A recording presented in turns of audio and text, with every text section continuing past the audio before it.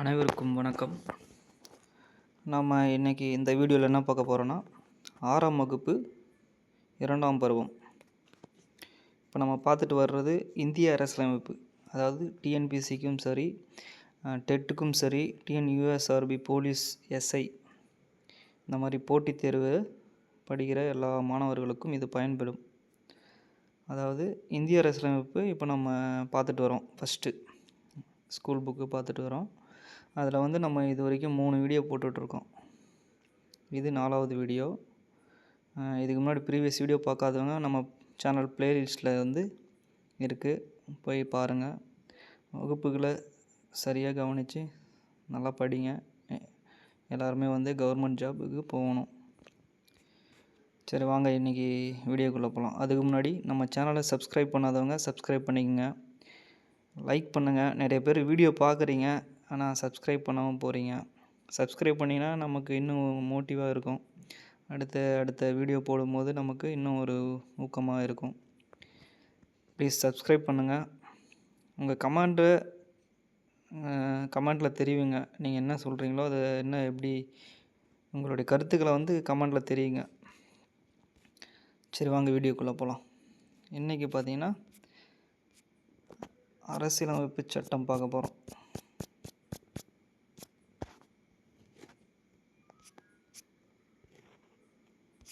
அதாவது அலகு 2 2ஆம் பருவத்தில் 6ஆம் வகுப்பு 2ஆம் பருவத்தில் 2வது அலகு. இதுக்கு முன்னாடி தேசிய சின்னங்கள் பார்த்தோம். அடுத்து அதனுடைய கண்டினியூஷன் இப்போ இந்திய அரசியலமைப்பு சட்டம். இந்த பாடம் என்ன சொல்லுதுன்றதை பார்ப்போம். 6ஆம் வகுப்பு மேக்ஸிமம் சின்னதாக தான் இருக்கும். இருந்தாலும் நம்ம கொஞ்சம் தெளிவாக படிச்சுக்கணும். 6வதுலேருந்து நம்ம தெளிவாக படிச்சுக்கிட்டோன்னா நமக்கு பின்னாடி வர்ற வகுப்புகள் நமக்கு ஈஸியாக புரியும், அண்டர்ஸ்டாண்ட் ஆகும். சரி, இதில் எதுவுமே இல்லை அப்படின்னு சொல்லிட்டு நீங்கள் மேலோட்டமாக முக்கியமான பாயிண்ட்டை மட்டும் படிச்சுட்டு போயிட்டீங்கன்னா நீங்கள் பின்னாடி அடுத்து வர்ற வகுப்புகளில் கொஞ்சம் கடினமாக இருக்கும் படிக்கிறதுக்கு. அதனால் நல்லா கேர்ஃபுல்லாக கவனிங்க. இந்திய அரசியலமைப்பு சட்டம்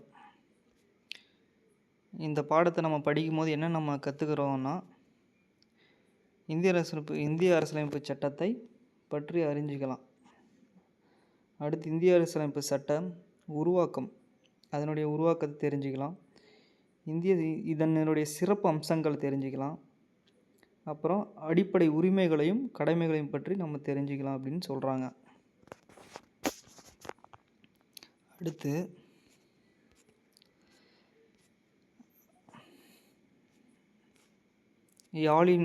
யாழினியனும் சுடரொளியும் சகோதரர்கள். யாழ் 6ஆம் வகுப்பிலும் சுடர் 4ஆம் வகுப்பிலும் படித்து கொண்டிருக்கிறார்கள். யாழ் அடுத்த நாள் தனக்கிருக்கும் வகுப்பு தேர்விற்காக வாசித்து கொண்டிருந்தான். அனைத்து வீட்டு பாடங்களையும் செய்து முடித்திருந்த மகிழ்ச்சியில் சுடர் தொலைக்காட்சியில் சிறுவருக்கான திரைப்படம் பார்த்து கொண்டிருந்தான். தொலைக்காட்சியின் ஒளியை மிகவும் அதிக அளவில் வைத்திருந்தான் சுடர். அது மட்டுமின்றி அந்த படத்தில் பெரிதும் லைத்தவனாய் சத்தமாய் சிரித்தபடியும் கைகளை தட்டியபடியும் ரசித்து கொண்டிருந்தான். அந்த இரைச்சல் யாழை அவனது படிப்பில் கவனத்தை குவிக்க விடாமல் தடுத்தது. எனவே அவன் தொலைக்காட்சியின் ஒளி அளவை குறைக்குமாறும் சத்தமிடாமல் அமைதியாக பார்க்குமாறும் சுடரை கேட்டுக்கொண்டான். யாழினியனது கோரிக்கையை சுடரொளி காது கொடுத்து கேட்கவில்லை. திரும்ப திரும்ப கேட்டுக்கொண்டும் சுடர் தொலைக்காட்சியின் ஒளி அளவையோ தனது இரைச்சலையோ குறைத்து கொள்ளவில்லை. சுடர் மறுப்பதையும் தனக்கு அடுத்த நாள் வகுப்பு தேர்வு இருப்பதையும் அப்பாவிடம் சென்று முறையிட்டான்.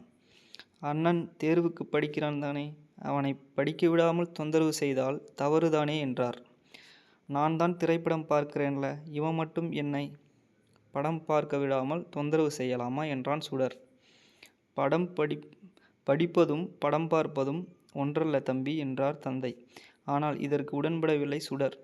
யாழிற்கு போலவே இது தனக்கும் வீடுதான் என்றும் அவனுக்கு படிக்க உரிமை இருக்கிறது என்றால் தனக்கும் படம் பார்ப்பதற்கு உரிமை இருப்பதாகவும் கூறினான். இருவருக்குமே வீட்டில் சம உரிமை இருக்கிறது என்பதை அவர்களது தந்தை ஏற்றுக்கொண்டார். ஆனால் ஒருவரது உரிமை அடுத்தவரது சுதந்திரத்தை காயப்படுத்தக்கூடாது என்று விளக்கினார். அப்போதும் அதை சரியாக புரிந்து கொள்ளாமல் சுடர் அடம்பிடித்தான். இங்க பார் சுடர், இது உன் வீடு. படத்தை சத்தமாக பார்க்க உனக்கு உரிமை இருக்கிறது. அப்படித்தானே? ஆமாம் அப்பா. ஆமாம் அப்பா. அதேபோல் இது யாழினியின் வீடு. அவனுக்கு பிடித்த பாடலை தொலைக்காட்சியில் சத்தமாக வைத்து கேட்கலாம் தானே? அதெப்படிப்பா? நான் தான் படம் பார்க்கிறேனே. அவனும் சத்தமாக பாட்டு கேட்டால் நான் எப்படி படம் பார்க்க முடியும்? இப்போ புரியுதா? உன் உரிமைன்னு நீ சத்தமாக படம் பார்க்கலாம் என்றால் அவனும் பாட்டு கேட்கலாம் என்பது அவனது உரிமைதான் சுடர். அப்போ எப்படி நான் படம் பார்ப்பேன்? அப்போ எப்படி அவன் படிப்பான்? ஆமாம்ல. சரிப்பா, நான் இனிமே படம் பார்க்கல.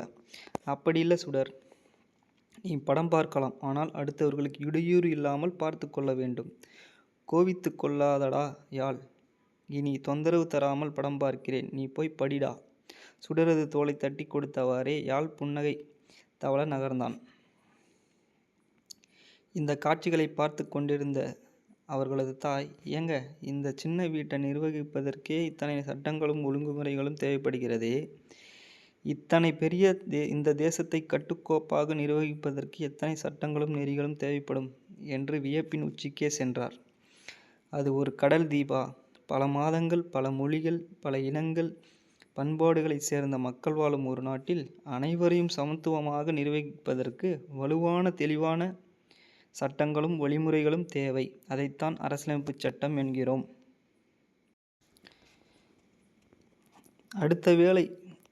அடுத்த வேளை நாளில் இருவரும் பள்ளி சென்றனர். அன்று குடியரசு நாளுமாகும். அங்கு குடியரசு தின கொண்டாட்டங்கள் களை கட்டியிருந்தன. மாணவர்களும் ஆசிரியர்களும் கொடிமரத்தை சுற்றி வரிசையாக நின்று கொண்டிருந்தனர். கொடியேற்றப்பட்டவுடன் சிறப்பு விருந்தினர் சமூக அறிவியலாளர் ஆறுமுகம் அவர்களுடன் உரையாடல் தொடங்கியது. தங்கள் அனைவருக்கும் குடியரசு தின வாழ்த்துக்கள் என்றார் சமூக அறிவியலாளர். தங்களுக்கும் குடியரசு தின வாழ்த்துக்கள் ஐயா என்றனர் மாணாக்கர்கள். நாம் ஏன் குடியரசு தினம் கொண்டாடுகிறோம் என்று தெரியுமா? நம்ம இதுவரைக்கும் படித்ததில் என்ன சொல்ல வராங்க, எதுவுமே நியூஸ் இருக்காது. ஆனால் இருந்தாலும் சமத்துவ உரிமைன்னு ஒன்று வேணும். இன்னொன்று சுதந்திரன்றது அடுத்தவங்கள டிஸ்டர்ப் பண்ணக்கூடாது அப்படின்னு சொல்லியிருப்பாங்க. இது ஒரு கதையாக கொடுத்துருக்காங்க, அதனால தான், வேறு ஒன்றும் கிடையாது. நீங்கள் சும்மா அப்படியே கவனிச்சுட்டு வாங்க. முக்கியமான நோட்ஸு வரும்போது நான் 2 டைம் படிப்பேன். நீங்கள் இப்போ நோட்ஸ் எடுத்துக்கங்க. அதனுடைய அப்புறம் மறுபடியும் திரும்ப இந்த வீடியோவை பாருங்கள். அப்போ தான் உங்களுக்கு ஒரு தெளிவான இது கிடைக்கும். அடுத்து, நமது அரசியலமைப்பு சட்டம் 1950ஆம் ஆண்டு ஜனவரி மாதம் 26ஆம் நாள் நடைமுறைக்கு வந்தது. இது ரொம்ப முக்கியங்க. நமது அரசியலமைப்பு சட்டம் 1950ஆம் ஆண்டு ஜனவரி மாதம் 26ஆம் நாள் நடைமுறைக்கு வந்தது.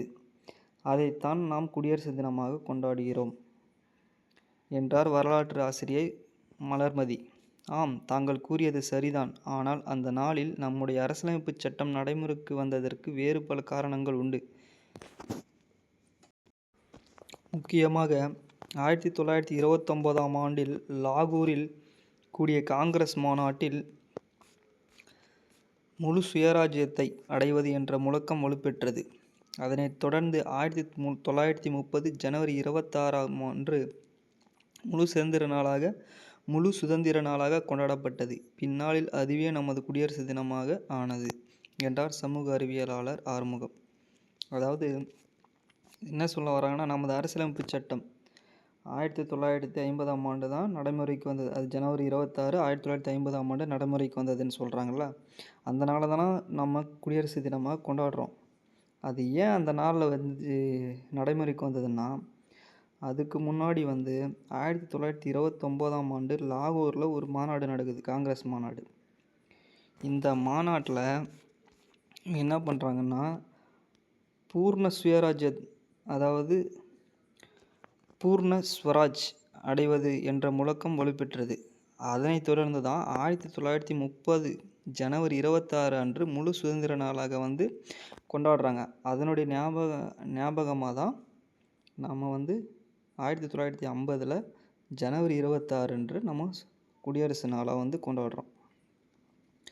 அடுத்து, அரசியலமைப்பு சட்டம் என்றால் என்ன என்று கேட்டான் நாதர். அது பற்றி தெரிந்து கொள்வதற்கு முன்னால் நான் சில கேள்விகளை கேட்கிறேன்.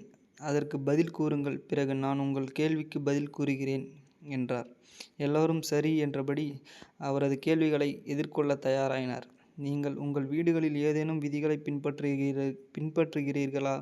ஆம் என்றனர். நீங்கள் உங்கள் பள்ளியில் ஏதேனும் விதிகளை பின்பற்றுகிறீர்களா? ஆம் என்றனர். இரண்டும் ஒன்றா அல்லது வேறு வேறானவையா? பெரும்பாலும் வேறு வேறானவை. பொது இடத்தில் நாம் சில விதிகளை பின்பற்ற வேண்டியதிருப்பது அவசியம். ஆம். ஏன் அவை அவசியம்? நாம் அடுத்தவர்களை தொந்தரவு செய்யாமல் இருக்க என்றால் தமிழ்ச்செல்வி. நம்மை அடுத்தவர்கள் யாரும் தொந்தரவு செய்யாமல் இருக்கவும் தான் என்றான் செல்வா. ஆம், நீங்கள் கூறிய காரணங்கள் ஏற்புடையவைதான். அதே நேரம் விதிகளை பின்பற்றச் சொல்லி யாரேனும் உங்களை கட்டாயப்படுத்தினால் அப்போது எப்படி உணர்வீர்கள்? கொஞ்சம் கடினமாக இருக்கும். உங்களுக்கான விதிகளை நீங்களே உருவாக்கும் போது எப்படி உணர்வீர்கள்? மகிழ்ச்சியாகவும் பெருமையாகவும் இருக்கும்.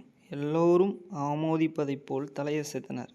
அரசியலமைப்பு சட்டம் ஒரு நாட்டிற்கு தேவையான சில அடிப்படை விதிகள், கொள்கைகளை உருவாக்கி ஆவணப்படுத்துவதோடு தனது குடிமக்களின் உரிமைகள், கடமைகள் மற்றும் செயல்பாடுகளை வரையறுக்கிறது. பிறகு அச்சட்டத்தின் துணையோடுதான் அந்நாடு ஆளப்படும்.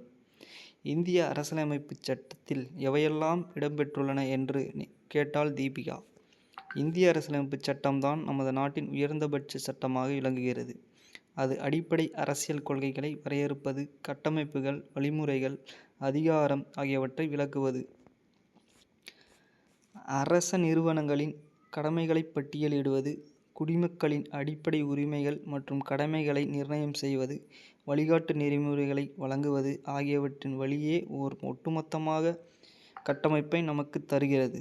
இதற்கான ஆரம்பகட்ட பணிகள் எப்போது தொடங்கப்பட்டன என்று கேட்டான் கிறிஸ்டோபர். அரசியலமைப்பு சட்டத்தை உருவாக்கும் நோக்கில் இந்தியாவின் பல்வேறு பகுதிகளைச் சேர்ந்த 389 உறுப்பினர்களை கொண்ட இந்திய அரசமைப்பு நிர்ணய மன்றம் என்ற அமைப்பு 1946ஆம் ஆண்டு உருவாக்கப்பட்டது. இதன் தலைவராக முனைவர் ராஜேந்திர பிரசாத் தேர்ந்தெடுக்கப்பட்டார். அதாவது அரசியலமைப்பு சட்டத்தை உருவாக்கும் நோக்கில் இந்தியாவின் பல்வேறு பகுதிகளைச் சேர்ந்த 389 உறுப்பினர்களை கொண்ட இந்திய அரசமைப்பு நிர்ணய மன்றம் என்ற அமைப்பு 1946ஆம் ஆண்டு உருவாக்கப்பட்டது. இதன் தலைவர் யார்? ராஜேந்திர பிரசாத், முனைவர் ராஜேந்திர பிரசாத் ஆகும். அடுத்து, இந்த அமைப்பில் இடம்பெற்றிருந்த வேறு முக்கிய உறுப்பினர்கள் யார்? ஜவஹர்லால் நேரு, சர்தார் வல்லபாய் பட்டேல், மௌலானா ஆசாத், எஸ். ராதாகிருஷ்ணன், விஜயலட்சுமி பண்டிட், சரோஜினி நாயுடு உட்பட பலர் இந்த அமைப்பில் இடம்பெற்றிருந்தனர். அதாவது அரசியலமைப்பு சட்டத்தை உருவாக்கணும் அப்படின்னு ஒரு அரசமைப்பு நிர்ணய மன்றத்தை உருவாக்குறாங்க. எப்போ? 1946. இதனுடைய உறுப்பினர்கள் எத்தனை பேர்னா 389 உறுப்பினர்கள். இதில் முக்கியமானவர்கள் யாருன்னா ஜவஹர்லால் நேரு, சர்தார் வல்லபாய் பட்டேல், மௌலானா ஆசாத், எஸ். ராதாகிருஷ்ணன், விஜயலட்சுமி பண்டிட், அடுத்து சரோஜினி நாயுடு. இவங்க தான். இந்த அமைப்பில் பெண்கள் எத்தனை பேர் இருந்தன என்று கேட்டான் குணசேகர். 15 பெண் உறுப்பினர்கள் இந்த அமைப்பில் இடம்பெற்றிருந்தனர். அதாவது 389 உறுப்பினர்கள், 15 பெண் உறுப்பினர்கள் இந்த அமைப்பில் இடம்பெற்றிருந்தனர்.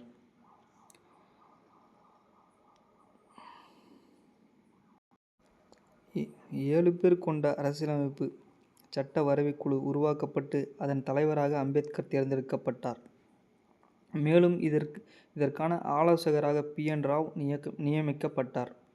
இக்குழுவின் முதல் கூட்டம் 1946ஆம் ஆண்டு டிசம்பர் 9ஆம் தேதி நடைபெற்றது. அதாவது இந்திய அரசியலமைப்பு சட்டத்துக்கு உருவாக்கணும்னு ஒரு வரைவுக்குழு உருவாக்கப்பட்டு அதன் தலைவராக இருந்தவர் அம்பேத்கர். அந்த வரைவுக்குழு எத்தனை பேர் இருந்தாங்க? 7 பேர் இருந்தாங்க. அதுக்கப்புறம் இந்த வரைவுக்குழுக்கு ஆலோசகராக B.N. ராவ் நியமிக்கிறாங்க. இக்குழுவின் முதல் கூட்டம் எங்கு தொடங்குச்சுன்னா 1946ஆம் ஆண்டு டிசம்பர் 9ஆம் தேதி ஃபஸ்ட்டு இந்திய அரசியலமைப்பு சட்ட வரைவு குழு முதல் கூட்டம் நடக்குது. எங்கே? 1946ஆம் ஆண்டு டிசம்பர் 9ஆம் தேதி நடக்குது. அடுத்து அன்றைய அரசியலமைப்பு சட்டத்தை எழுதும் வேலைகள் தொடங்கிவிட்டன. அதாவது முதல் கூட்டத்திலே தொடங்கிட்டாங்க. உங்களுக்கு தெரியுமா சொல்லியிருக்காங்க. உங்களுக்கு தெரியுமால அண்ணல் அம்பேத்கர் இந்திய அரசியலமைப்பு சட்டத்தின் தந்தை என அழைக்கப்படுகிறார். இது ரொம்ப ரொம்ப முக்கியம். ரிப்பீட்டடாக கேட்டுகிட்டே இருக்காங்க. குரூப் 4ல் ஏகப்பட்ட முறை கேட்டிருப்பாங்க. இந்திய அரசியலமைப்பு சட்டத்தின் தந்தை என அழைக்கப்படுபவர் அண்ணல் அம்பேத்கர். அடுத்து எதை அடிப்படையாக கொண்டு இதை எழுதினார்கள்? இக்குழுவினர் இங்கிலாந்து, அமெரிக்கா, அன்றைய சோவியத் ரஷ்யா, பிரான்ஸ், சுவிட்சர்லாந்து உட்பட 60 நாடுகளின் அரசியலமைப்பு சட்டங்களை வாசித்து அவற்றில் இருந்த சிறப்பான பகுதிகளை முன்மாதிரியாக கொண்டு நமது அரசியலமைப்பு சட்டத்தை உருவாக்கினர். அதாவது நம்ம அரசியலமைப்பு சட்டத்தை வரையறுக்கிறோம். அந்த வரையறுக்கிறதுக்கு எழுதுறதுக்கு 7 பேர் கொண்ட ஒரு வரைவு குழு இருக்காங்க. அதுக்கு ஆலோசகராக இருந்தவர் யாருன்னா BN ராவ். இதனுடைய முதல் கூட்டம் எப்போ தொடங்குறாங்கன்னா அந்த கூட்டம் ஸ்டார்ட் பண்ணப்போயே அது இதனுடைய வேலைகள் தொடங்குது. அதாவது 1946ஆம் ஆண்டு டிசம்பர் 9ஆம் தேதி. என்ன பண்ணுறாங்க அப்போது? அந்த கூட்டத்தில் எங்கெங்கெல்லாம் இருந்து என்னென்ன நல்ல விஷயங்கள், என்னென்ன சிறப்பான சட்டங்கள் இருக்கோ அதெல்லாமே படிச்சுட்டு நம்ம தேர்ந்தெடுத்து நமக்காக நம்ம எழுதுகிறோம். அதாவது England, America, Soviet Russia, France, Switzerland உட்பட 60 நாடுகளின் அரசியலமைப்பு சட்டங்களை வாசித்து தான் அதில் சிறப்பான பகுதிகளை முன்மாதிரியாக கொண்டு நமது அரசியலமைப்பு சட்டத்தை உருவாக்கினர். இதை தொடர்ச்சியாக ஒரே முயற்சியில் எழுதினார்களா? இல்லை. அரசியலமைப்பு சட்டம் இறுதி செய்யப்படுவதற்கு முன்னர் சுமார் 2000 திருத்தங்கள். எத்தனை திருத்தங்கள்? 2000 திருத்தங்கள். 2000 திருத்தங்கள் அதில் மேற்கொள்ளப்பட்டன. எப்போது இச்சட்டம் எழுதி முடிக்கப்பட்டது? இச்சட்டம் எப்போ எழுதி முடிக்கப்பட்டதுன்னா 2 ஆண்டுகள் 11 மாதங்கள் 18 நாட்கள். நான் நோட் பண்ணிக்கங்க. 2 ஆண்டுகள் 11 மாதங்கள் 18 நாட்கள் கடந்த நிலையில் 1949ஆம் ஆண்டு நவம்பர் 26ஆம் நாள் முழுமையான அரசியலமைப்பு சட்டம் தயாரானது. முழுமையான அரசியலமைப்பு சட்டம் எப்போ தயாரானதுன்னா 1949ஆம் ஆண்டு நவம்பர் 26. எப்போ தொடங்கினாங்க? 1946 டிசம்பர் 9 தொடங்கி 1949 நவம்பர் 26 முடிக்கிறாங்க. கிட்டத்தட்ட 2 ஆண்டுகள் 11 மாதங்கள் 18 நாட்கள் ஆகுது. 3 வருஷம் கிட்ட ஆகுது. ஓகே. அடுத்து இந்திய அரசியலமைப்பு நிர்ணய மன்றம் நமது அரசியலமைப்பு சட்டத்தை அன்றுதான் ஏற்றுக்கொண்டது. ஆகையினால் தான் அந்த நாளை அரசியலமைப்பு சட்ட நாளாக நாம் ஏற்றுக்கொள்கிறோம். இந்திய அரசியலமைப்பு சட்ட நாள் எதுன்னா 1949ஆம் ஆண்டு நவம்பர் 26ஆம் நாள் தான் இந்திய அரசியலமைப்பு சட்ட நாள். அதாவது அன்னைக்கு தான் நம்ம அதை முடிக்கிறோம், அன்னைக்கு தான் நம்ம அதை ஏற்றுக்கொள்கிறோம். அதனால் ஆம் என்றார் ஆறுமுகம். அரசியலமைப்பு சட்டத்தை உருவாக்க எவ்வளவு செலவானது என்று கேட்டான் நத்தர். அரசியலமைப்பு சட்டம் உருவாக்க செலவானது எவ்வளோன்னா 66 லட்சம். 66 லட்சம். அப்போவே 1949லேயே 66 லட்சம் ஆயிருக்கு. அடுத்து நமது அரசியலமைப்பு சட்டத்தின் முகப்புரை ஒவ்வொரு இந்தியருக்குமான நீதி, சுதந்திரம், சமத்துவத்தை உறுதி செய்வதோடு சகோதரத்துவத்தையும் வலியுறுத்துகிறது. நம்மளுடைய முகப்புரை என்ன சொல்லுதுன்னா, நமது அரசியலமைப்பு சட்டத்தின் முகப்புரை ஒவ்வொரு இந்தியருக்குமான நீதி, சுதந்திரம், சமத்துவத்தை உறுதி செய்வதோடு சகோதரத்துவத்தையும் வலியுறுத்துகிறது. அடுத்து முகப்புரை என்றால் என்ன? அரசியலமைப்பு சட்டத்தின் முன்னுரை தான் முகப்புரை என்று அழைக்கப்படுகிறது. அது இந்தியாவை இறையாண்மை, சமத்துவம், மதச்சார்பின்மை, மக்களாட்சி குடியரசு என்று வரையறை செய்கிறது. முகப்புரையில் என்ன சொல்லுதுன்னா, அரசியலமைப்பு சட்டத்தின் முன்னுரை தான் முகப்புரை. அதனுடைய ஃப்ரண்ட் பேஜ் தான் முகப்புரைன்றாங்க. அது இந்தியாவை இறையாண்மை, சமத்துவம், மதச்சார்பின்மை, மக்களாட்சி, குடியரசு என்று வரையறை செய்கிறது. இந்தியா என்னன்னு சொல்லுது? இந்தியா ஒரு இறையாண்மை, இந்தியா ஒரு சமத்துவம், இந்தியா ஒரு மதச்சார்பின்மை, இந்தியா மக்களாட்சி, குடியரசு என்று வரையறுக்கிறது. அடுத்து, இறையாண்மை என்பது எதை குறிக்கிறது? அரசியலமைப்பு சட்டம் இந்திய மக்களுக்கு முழு அதிகாரத்தை வழங்கியுள்ளது. நாடாளுமன்றம் மற்றும் சட்டமன்ற உறுப்பினர்கள் மக்களால் தேர்ந்தெடுக்கப்படுகின்றார்கள். அவர்களிடம் நிறைவேற்றும் அதிகாரம் இருக்கிறது. இப்படியாக ஒரு நாட்டின் உச்சநிலை அதிகாரத்தையே இறையாண்மை என்கிறோம். அதாவது இறையாண்மை என்னன்னா, ஒரு நாட்டினுடைய உச்சநிலை அதிகாரம். அதாவது அரசியலமைப்பு சட்டம் இந்திய மக்களுக்கு முழு அதிகாரத்தை வழங்கியுள்ளது. நாடாளுமன்றம் மற்றும் சட்டமன்ற உறுப்பினர்கள் மக்களால் தேர்ந்தெடுக்கப்படுகிறார்கள். இந்த மக்களால் தேர்ந்தெடுக்கப்பட்டவர்கள் அவருக்கு என்ன, அவங்க சட்டத்தை நிறைவேற்றும் அதிகாரம் அவங்களுக்கு இருக்குது. அடுத்து, மதச்சார்பின்மை என்பது மக்கள் தங்கள் விருப்பப்படி வெவ்வேறு இறை மத நம்பிக்கை கொண்டவர்களாக இருக்க அனுமதிக்கும் சட்டம். அவர்களுக்கு ஒரே விதமான பாகுபாடற்ற உரிமைகளை வழங்குகிறது. அரசிற்கான மதம் என்று ஒன்று கிடையாது என்பதால் அரசு அனைத்து மதங்களையும் ஒரே தளத்தில் வைத்தே பார்க்கிறது. இந்திய அரசு சட்டமன்றத்தின் வழியே தான் ஆளப்படுகிறது, இல்லையா? ஆம், இந்திய அரசியலமைப்பு சட்டமானது மாநில மற்றும் ஒன்றிய அரசுகள் சட்ட ஆட்சி முறையை பின்பற்றி ஆட்சி செய்ய வழிவகை செய்துள்ளது. இந்த அமைப்பின்படி நிறைவேற்று அதிகாரம் சட்டமன்றத்தின், அதாவது நாடாளுமன்றத்தின் கூட்டு பொறுப்பாக இருக்கும். அதிக உறுப்பினர்களை கொண்ட கட்சி ஆட்சி அமைக்கும். இதில் எலெக்ஷன் வச்சு அதில் யார் அதிக மெஜாரிட்டியில் வராங்க அவங்க தான் ஆட்சி அமைக்குவாங்க. அடிப்படை உரிமை என்றால் என்ன? ஒவ்வொரு குடிமகனுக்கும் மிக தேவையான உரிமைகளை அடிப்படை உரிமைகள் என்று அழைக்கப்படுகின்றன. அவை என்னென்ன? சம உரிமை, சுதந்திரமாக செயல்படும் உரிமை, சுரண்டலுக்கு எதிரான உரிமை, சமய சுதந்திர உரிமை, கலாச்சார மற்றும் கல்வி உரிமை, சட்டத்தீர்வு பெறும் உரிமை ஆகியவை இன்றியமையாத உரிமைகளாக குறிப்பிடப்பட்டுள்ளன. என்ன சொல்கிறாங்க? அடிப்படை உரிமைகள் என்னென்னா, சம உரிமை, சுதந்திரமாக செயல்படும் உரிமை, சுரண்டலுக்கு எதிரான உரிமை, சுதந்திர சமய உரிமை, கலாச்சார கல்வி பெறும் உரிமை, சட்டத்தீர்வு பெறும் உரிமை ஆகிய அடிப்படை உரிமைகள் அப்படின்னு சொல்கிறாங்க. வழிகாட்டு நெறிமுறை என்று கூறினீர்களே, அப்படி என்றால் என்ன? அரசுகள் சட்டம் இயற்றும் போது, ஆட்சி செய்யும் போதும் கவனத்தில் கொள்ள வேண்டிய சில வழிகாட்டல்களை அரசியலமைப்பு சட்டம் வழங்கியுள்ளது. இவை கட்டாயமாக நடைமுறைப்படுத்தப்பட வேண்டியவை அல்ல என்றாலும் கவனத்தில் கொள்ளப்பட வேண்டியவை. வயது வந்தோர் வாக்குரிமை என்பது 18 வயது பூர்த்தியான இந்திய குடிமகன் ஒவ்வொருவரும் வாக்களிக்கும் உரிமை பெறுகிறார்கள். 18 வயது பூர்த்தியான இந்திய குடிமகன் ஒவ்வொருவரும் வாக்களிக்கும் உரிமை பெறுகிறார்கள். இந்த உரிமையை அவர்கள் பெறுவதற்கு ஜாதி, மதம், பாலினம், பொருளாதார அடுக்கு உட்பட எதுவும் தடையாக இருக்க முடியாது. உரிமைகளைப் போலவே ஒவ்வொரு குடிமகனுக்குமான கடமைகளும் இருக்கும், இல்லையா? ஆம், இருக்கின்றன.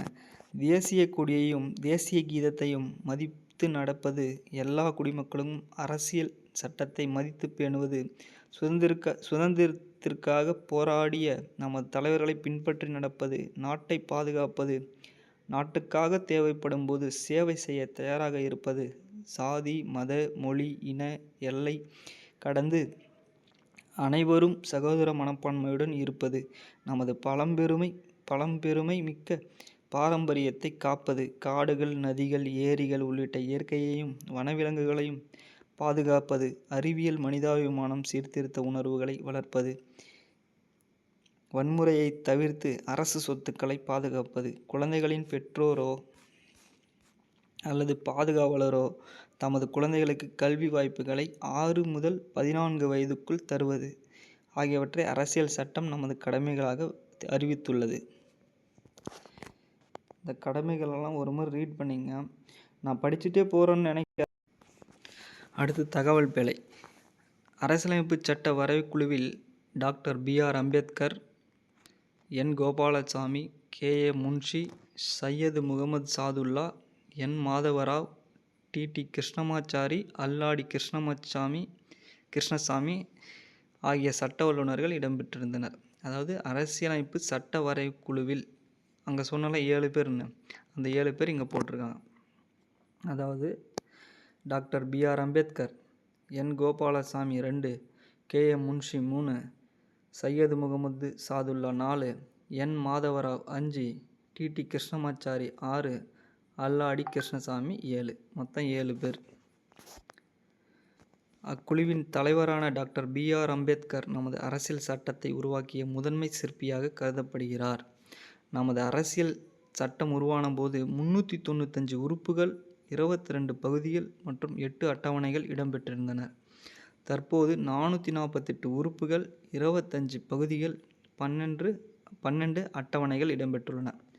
அதாவது நம்ம அப்போது 1949 உருவாக்குனாங்கள்ல சட்டம், அப்போ எவ்வளோ இருந்துச்சுன்னா 395 உறுப்புகள், 22 பகுதிகள், 8 அட்டவணைகள். இப்போ எவ்வளோ இருக்குது? 448 உறுப்புகள், 22லேருந்து 25 பகுதிகளாக மாறி இருக்குது. அடுத்து 8 அட்டவணை இருந்தது, அதிலிருந்து 12ஆக மாறி இருக்குது. அதாவது இப்போ இருக்கிறது 448 உறுப்புகள், 25 பகுதிகள் மற்றும் 12 அட்டவணைகள் இடம்பெற்றுள்ளன. இந்திய அரசியலமைப்பு சட்டம் 30/10/21 வரை 105 முறை திருத்தப்பட்டுள்ளது. நமது இந்திய அரசியலமைப்பு சட்டம் இருக்குல்ல, அது 1949 உருவாக்குனாங்க. அப்போ இருந்து 2021, அதாவது 30/10/21 வரைக்கும் 105 முறை திருத்தியிருக்காங்க. இதுக்கு முன்னாடி ஒன்று பார்த்தோம், எழுதும் போதே எத்தனை முறை திருத்தம் பார்த்துருக்காங்கன்னா 2000க்கும் மேற்பட்ட திருத்தங்கள் பார்த்துருப்பாங்க. இங்கே இருக்குது பாருங்கள், எழுதும் போதே 2000 திருத்தம், எழுதுன பின்னாடி 1949லேருந்து இப்போது பார்த்தீங்கன்னா 105 திருத்தங்கள் 2021 வரைக்கும். இதில்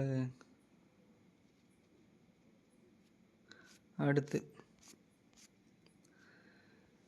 உங்களுக்கு தெரியுமா பார்க்கலாம். இந்திய அரசியலமைப்பு சட்டத்தின் உண்மை பிரதிநிதிகள் நாடாளுமன்ற நூலகத்தில் ஹீலியம் வாயு நிரப்பப்பட்ட பேழையில் வைத்து பாதுகாக்கப்பட்டு வருகிறது. அதாவது இந்திய அரசியலமைப்பு சட்டத்தின் உண்மை பிரதி, அதாவது ஒரிஜினல் காப்பி இருக்குல்ல, இந்தியன் பாலிட்டி, இந்திய அரசியலமைப்பு சட்டத்தினுடைய உண்மை பிரதிகள் இந்தியில் இருக்கும், ஆங்கிலத்தில் இருக்கும், தமிழில் கிடையாது. பார்த்துங்க, இதில் ஒரிஜினல் காப்பி இந்தி ஆங்கிலத்தில் தான் இருக்குது. இது எங்கே வச்சு பாதுகாக்கிறாங்கன்னா நாடாளுமன்ற நூலகத்தில் ஹீலியம் வாயு நிரப்பப்பட்ட பேழையில் வைத்து பாதுகாக்கப்பட்டு வருகிறது. எந்த ஒரு டேமேஜ் ஆகக்கூடாதுன்னு ஹீலியம் வாயு போடுறாங்க. அடுத்து அவ்வளோதான் ஃப்ரெண்ட்ஸ், நம்ம பாடம் முடிஞ்சிச்சு. இதில் ஒன்றும் அந்தளவுக்கு பெரிய விஷயங்களில் சிம்பிளாக சொல்லியிருக்காங்க. சுதந்திரம்னா என்ன, அப்புறம்னா நம்மளுடைய அடிப்படை உரிமைகள்னா என்ன, அடிப்படை கடமைகள்னா என்ன, இவ்வளோ தான் கொடுத்துருக்காங்க. இது ஒரு முறைக்கு இன்னொரு முறை வீடியோ பாருங்கள், பொறுமையாக பாருங்கள். ஒன்றும் இல்லை, அவ்வளோ முக்கியமான இப்போ இது பாயிண்ட்ஸ் இல்லை, இருந்தாலும் புரிஞ்சுக்கணும் நம்ம அரசியலமைப்பு எதுக்கு உருவாக்குனாங்க, நம்ம எங்கேருந்து எந்த நாட்டிலேருந்து நம்ம எடுத்திருக்கோம், 60 நாடுகள்லேருந்து எடுத்திருக்கோம். அதில் நம்மளுடைய வரைவு குழுவில் எத்தனை பேர் இருந்தாங்க? 7 பேர். அது யார் யாருன்றது தெரிஞ்சுக்கங்க. அவ்வளோதான் ஃப்ரெண்ட்ஸ், இந்த பாடம் முடிஞ்சது. இப்போது நம்ம 6ஆம் வகுப்பில் முதல் பருவத்தில் 2 முடித்தாச்சு, 2ஆம் பருவத்தில் 2 முடித்தாச்சு. இன்னும் அடுத்து இருக்குது, இன்னும் மீதம் இருக்கும். அதை நம்ம அடுத்த கிளாஸில் பார்ப்போம். Thank you friends. இந்த வீடியோ பார்த்தீங்க, ஓகே, முழுசாக பாருங்கள். பார்க்காதவங்க பாருங்கள், உங்கள் ஃப்ரெண்ட்ஸுக்கு ஷேர் பண்ணுங்கள், லைக் பண்ணுங்கள், உங்கள் கருத்துக்களை கமெண்டில் தெரிவிங்க. நீங்கள் நம்ம சேனல் நீங்கள் ஃபாலோ பண்ணிகிட்டே வாங்க. 1 by 1 அப்படியே பொறுமையாக வீட்டில் இருந்து படிக்கிறவங்களுக்கு இது கண்டிப்பாக ரொம்ப ரொம்ப யூஸ்ஃபுல்லாக இருக்கும். நீங்கள் இதை ஃபாலோ பண்ணிகிட்டே வாங்க. என்ன சொல்கிறாங்க, ஏது சொல்கிறாங்க, முடிஞ்சால் குறிப்பெடுத்துங்க. அப்படி இல்லாட்டி பிபிடியில் எடுத்ததுன்னா நோட்ஸ் ஒன்று எடுத்துகிட்டு வரோம், அது கொஞ்சம் நல்லா இன்ட்ரெஸ்ட்டாக இருக்கும். Thank you friends. மீண்டும் அடுத்த வீடியோவில் அடுத்த வகுப்பு அடுத்த பாடத்தை பார்ப்போம். தேங்க்யூ.